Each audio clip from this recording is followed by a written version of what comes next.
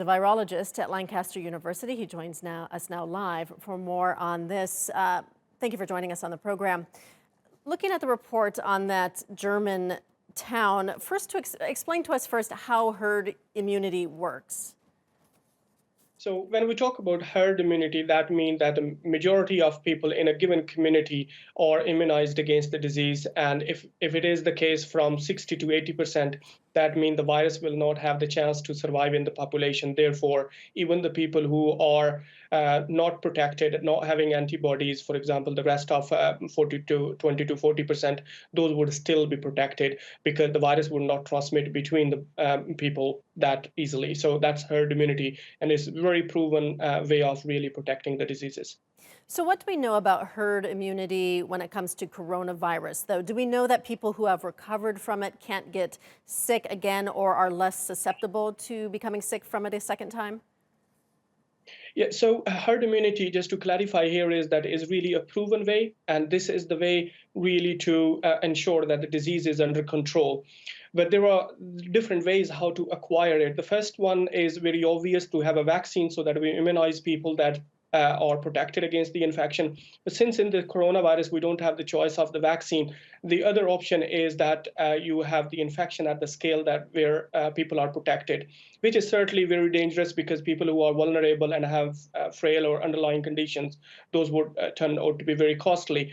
So as it stands now, the natural course of infection has been penetrating into the community for quite an extent. So if we have, say, 14 to 20% of the herd immunity, that means that is the time when the virus will have relatively less chance to infect, and that's the time when the phasing out of the restriction can be applied. Mm-hmm. If someone is infected with coronavirus, we know that some people show little or even no symptoms. And then on the other hand, we know that some people have very severe symptoms. And of course, some people do die from this. When it comes to developing immunity from coronavirus, if in fact that is possible, does it matter whether you're asymptomatic or have severe symptoms? So generally, when viruses infect, our immune system does a remarkable job to raise our all arms of protection and raise the level of antibodies, and those antibodies then protect.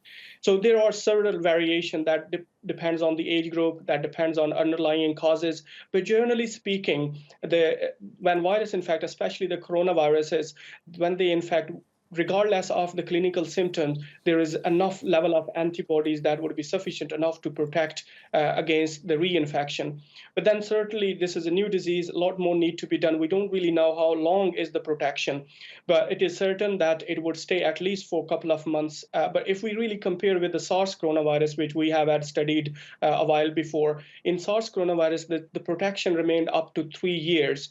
But with the SARS-2, which is a causative agent of COVID-19, we can't say for sure, but certainly once the immunity is established, it would stay for some time. Mm-hmm. You talked about the use of vaccines in creating herd immunity in communities. Where do things stand now with creating, finding a vaccine? Are we still looking at well over a year away? Yes, that is unfortunately the case when it comes to the vaccines. Vaccines are really getting unprecedented speed when it comes to coronavirus, mainly because we have had some information before from other coronaviruses, which we very quickly translated, and China provided the blueprint of the virus very timely manner. So we expedite the process of manufacturing. And then now at least 76 different vaccine candidates are at different stages of trial, which required quite a bit of time. So the earliest we can count on a vaccine would be end of this year, early next year, because it will come up as a surprise for majority of the people. But the worst thing we want to see is that the vaccine that is applied in the field does more harm than any good. So therefore, this procedure is in place to ensure that whatever we apply would have advantage to protect us against this infection. All right, we'll leave it there. Munir, thank you.